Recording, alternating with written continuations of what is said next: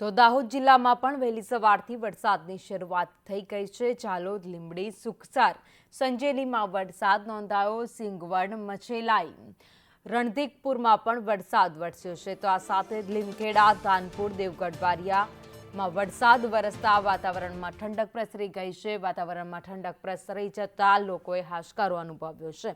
વધુ અપડેટ સાથે સંવાદદાતા હેમલ પંચાલ અમારી સાથે જોડાયા છે। હેમલ, દાહોદ જિલ્લામાં વરસાદ વરસતા વાતાવરણમાં ઠંડક। ભાવિની, દાહોદ જિલ્લાની અંદર પણ ગત રાત્રેથી ધોધમાર વરસાદ જે છે વરસી રહ્યો છે। દાહોદ જિલ્લાના અનેક એવા ગ્રામ્ય વિસ્તારો છે તેની અંદર જે વરસાદ જે છે વરસી રહ્યો છે। વહેલી સવારથી જ એક ધારો જે વરસાદ છે તે વરસતા વાતાવરણની અંદર ઠંડક પણ પ્રસરી છે।